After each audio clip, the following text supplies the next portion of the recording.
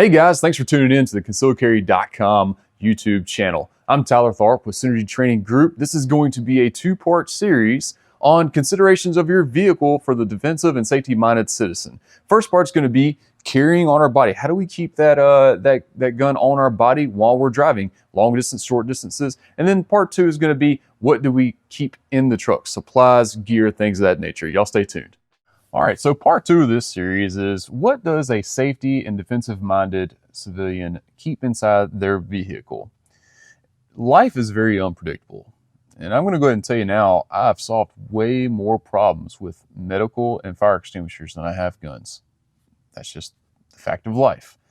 Occupationally, I don't really need a gun.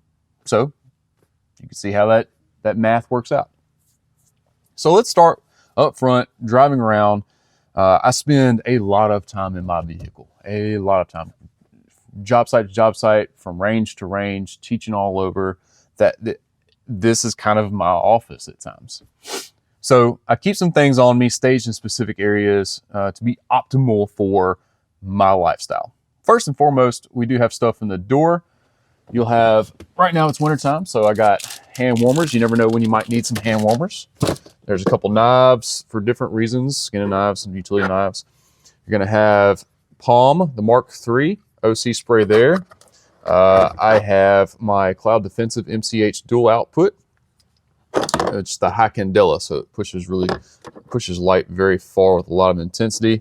More work stuff. I do keep a loaded Glock magazine staged for that. And that's pretty much it in the door, just kind of secondary stuff that I need. I always have a Streamlight or some other light on me. It's not always a Streamlight, but I always have some sort of pocket light on me. And if I need to go out at night or whatever, where I feel like I really need a defensive light, I'll just snag this. All right, so stress ball. Got to have one of those. Y'all ever drove in like really bad traffic and just people are aggravating you? That's handy. That is handy right there. All right. Big fan of hands-free stuff. So my phone stays on this bullet point mount here. Eventually I'm going to get the mount for my UV5R radio. I do have a Baofeng UV5R with the extended battery on that bad boy. Communication and stuff. Quick hack. Puts you some shot cord around there so that volume doesn't change on you really easily. Keeps that in place rather nice. I have another magazine right here. This is a Shield Arms mag for my Glock 48 because I'm always either carrying my Glock 48 or a Glock 19. So that's just handy dandy. All right. I never leave a gun in my vehicle, like ever. All right. It's deer season, so I might have a rifle in the back commuting around, but outside of that, never leave a gun in my vehicle. Just simple stuff. Eye protection, sunglasses, more eye protection, things to clean my eye protection with, the general patches that all good dudes have on their sealant. My own pudding patch there, so on and so forth. Old unit patch and whatnot. So up front, I keep it clean and I do not keep it clean. I keep it simple. I was about to say clean and simple, but that is wrong. This poor truck.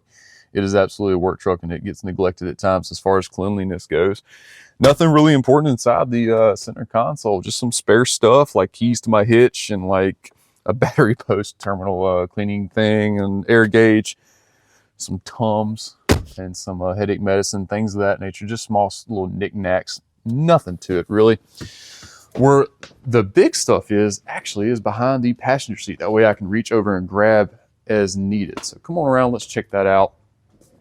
Nothing really behind this door. I do put a lot of stuff in the bed, just utilitarian stuff. There's really nothing to deal with defensive or safety-minded civilians in here, just work stuff.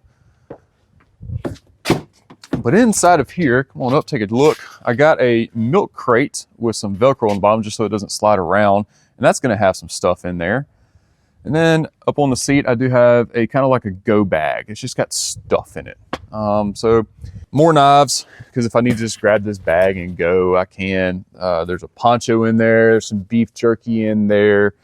Of course, I got extra medical on the front, some water purification stuff, a compass, things of that nature, just your typical survival stuff. Nothing crazy. I do have a pretty good little med kit that I made on my own.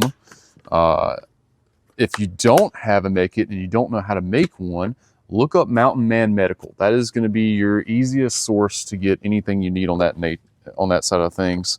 Just typical stuff: a cat, some liquid bandages, some sutras, gauze, shears, band-aids, like, you know, the typical stuff that a trauma kit should have. Believe it or not, I have used this the most out of everything that I own. Medical kits have definitely been used more out of anything. And then battery jump box. You've got to have one of these. Your battery's going to die on you at some point in life. You better have some sort of jump box. Jumper cables, if you need to, but then you got to wait on someone to help you out. And if there's no one around, you need one of these. They're Amazon, whatever. Pick your favorite flavor, doesn't matter. Let's see. Extra towels and whatnot.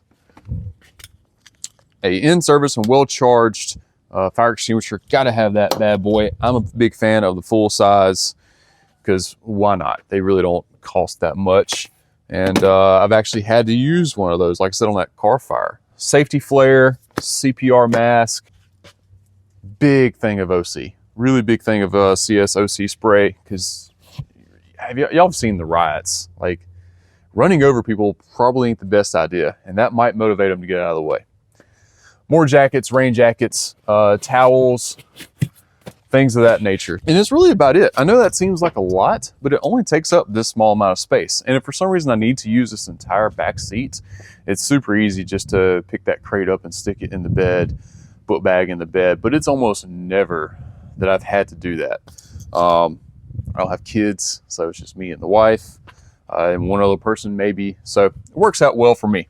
I very much implore you to figure out what works best for your lifestyle, your kids, family dynamic, where you're going, what you're doing, all that stuff. But at the bare minimum, you're gonna need that battery charger. All right, a tire inflator is a really good thing. I have that inside of here.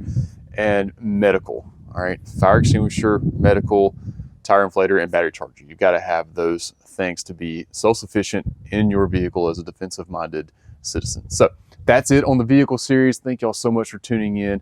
We'll catch you on the next one.